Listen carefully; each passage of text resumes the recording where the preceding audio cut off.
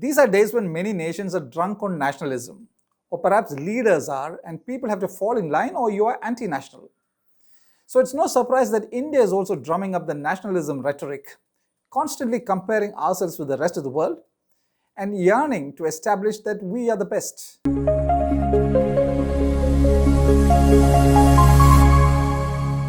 As individuals, we look to our neighbor's house to see what car they use, where their children study, or where they go on holiday.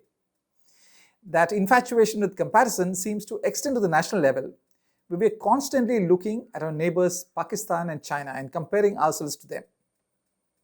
Of course, Pakistan is nobody's envy today, and we've entered that comparison. And we use the P word today only to tell people we dislike to go to Pakistan. That has increased the focus on comparing ourselves with China, the two big boys of Asia, with near identical populations of 1.4 billion each. Fact is, that is where the comparison ends, because China is streets ahead of India in most of the top-of-the-mind comparison points. GDP, China 19.37 trillion, India 3.73 trillion. GDP per capita, China is 66th in the world, India is 146th, which makes Indians among the poorer people in the whole world. Merchandise exports, China is number 1, India is 18th. Services exports, China is 4th, India is 7th. Some comparison there. Military budget, $292 billion for China, $81 billion India. Bullet train track length, 40,000 plus kilometers in China, 0 India. Number of colleges in the top 200 in the world, 11 in China, none in India. Sports, let's not even broach that subject, where China is in a different league altogether. Take all of India's medals at this Asian Games, and China has nearly doubled that number of gold medals alone. What we've actually achieved at this Asian Games is to have beaten Uzbekistan, a country with a population slightly less than Kerala's. Take a look at that medal tally to see how we have triumphed over Uzbekistan. All of those stats showing China way ahead of India, from GDP to education to infrastructure, would be heart-wrenching for any chest-thumping nationalist. But, don't worry, hang on. Most of these, from the military might of China to the bullet train to its merchandise exports, are all hard power. Let's look at one soft power, and here we are clearly ahead of China, even though we have no great shakes ourselves, namely media. India has a somewhat free press, China doesn't have one, as simple as that. Take a look at this year's World Press Freedom Index by the Reporters Without Frontiers, RSF. It evaluates the environment for journalists in 180 countries and classifies them as very serious, 31 countries, difficult, 42 countries, problematic, 55 countries, and good, satisfactory, 52 countries, for a total of 180 countries. In other words, the environment for journalists is bad in 70% plus countries. Yes, in this 21st century, when we generally believe that we are living in the age of free speech and social media. The best countries for free media are all Scandinavian, barring one.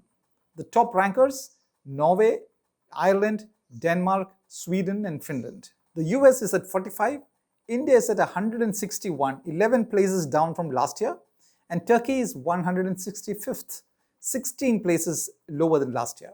Now take a look at the world's worst 4.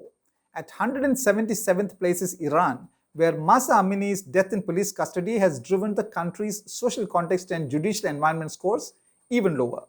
At 178 is Vietnam, and at the 179th place is China. Ha ha ha. Superpower, world-class infra, great colleges, but no media freedom. And unsurprisingly, at 180th place, the last slot, is North Korea. At 161st place, we know great shakes ourselves, but Indian media has done yeoman service to the country.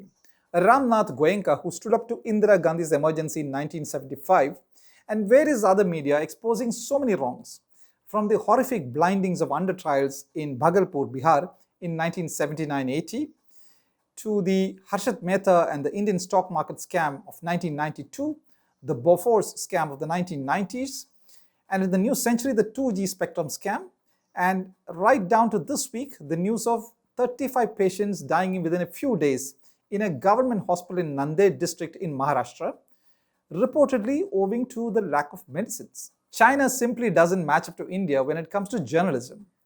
Therefore, the world can only guess what's happening to the Uyghur community, or where the top CEOs and political leaders in China go missing every now and then, or how large an impact the Evergrande meltdown is creating. It is in this context that the arrest of NewsClick founder-editor Prabir Purkayastha and several other journalists is worrying. We call ourselves the world's largest democracy and the mother of all democracies, and generally we look like one. The fiercely pro-BJP Uttar Pradesh, the fiercely anti-BJP Kerala, Rajasthan in the north and Karnataka in the south that play musical chairs with the BJP and the Congress, Maharashtra's Shiv Sena, the Trinamool Congress of Bengal, social media that troll Rahul Gandhi and Narendra Modi alike. How diverse and colorful is India's democracy and its media? But by throwing journalists in jail at the whim of the executive, we are ceding ground to China on the Media Freedom Index, which is as bad as ceding physical ground to China on the border. An independent media is a precondition for a smooth functioning democracy. Clamping down on media is like taking the grease out of the wheels of democracy. The emergency of 1975 was an aberration in India's democracy. Hopefully, this season of throwing journalists in jail will also be an aberration and nothing more. Geometric View must be India's smallest English online media by the number of subscribers. Here's the smallest media wishing that no journalist in India will be imprisoned without cause, and that Indian media will continue to do a great job of keeping the nation informed. Let China continue to envy us. To end on a personal note, this week on October 1, I completed 39 years in the media, which makes me a media dinosaur of sorts. I joined the Indian Express in Kochi as a sub-editor on October 1, 1984, the same month that Indira Gandhi was assassinated. By a sweet coincidence, I could meet up with 1984 Indian Express colleague A.P. Abraham this week on October 2, 39 years and a day after we first met as colleagues. In another happy coincidence this week, 16 of us who were classmates from class 1 to 4 at the Mount Carmel School, Kottayam, could meet for the first time 52 years after we had parted ways after class 4.